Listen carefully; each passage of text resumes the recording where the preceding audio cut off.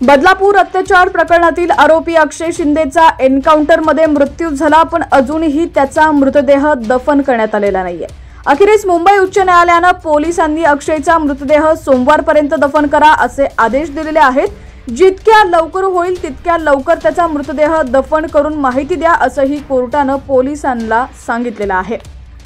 बातमी सविस्तर पाहूया त्याआधी तुम्ही HPN मराठी न्यूज चॅनल पहिल्यांदाच पाहत असाल आणि अजूनही चॅनलला सबस्क्राइब केलं नसेल तर नक्की सबस्क्राइब करा, जेणेकरून आमचे अपडेट्स लवकरात लवकर तुमच्यापर्यंत पोहोचतील।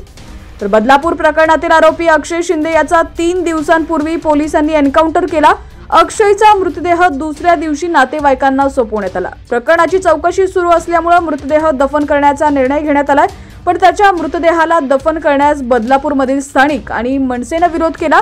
3 ठिकाणी अक्षयचा मृतदेह दफन करण्यास विरोध झाला। या प्रकरणी कोर्टात काल सुनावणी झाली। दरम्यान न्यायाधीशांनी पोलिसांना कडक आदेश दिलेले आहेत। सोमवारपर्यंत अक्षयचा मृतदेह दफन करण्याची कारवाई करा। जर 2 दिवसात मृतदेह दफन केला तर कोर्टाला सोमवारी माहिती द्या असंही कोर्टाने सांगितलंय।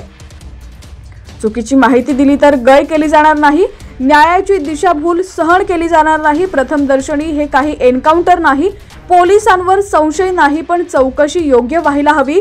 रिव्हॉल्वर होती की पिस्तूल, किती डिसेंटने गोळी झाडली असं म्हणत न्यायाधीशांनी मागील सुनावणीत पोलिसांना फटकारलं होतं। तसंच घटनेच्या वेळी त्या गाडीत 4 पोलीस अधिकारी होते, एक वरिष्ठ अधिकारी होते। हे सगळं पूर्णपणे प्रशिक्षित होते। त्यात एक एन्काउंटर केलेला परांगत अधिकारी होता। या सर्वांवर आरोपी वरचढ ठरून पिस्तूल हिसकावू शकतो का हे समजणं थोडं कठीण आहे। एन्काउंटरची व्याख्या वेगळी आहे। हा एन्काउंटर कसा असू शकतो असा सवाल देखील न्यायालयाने विचारला होता।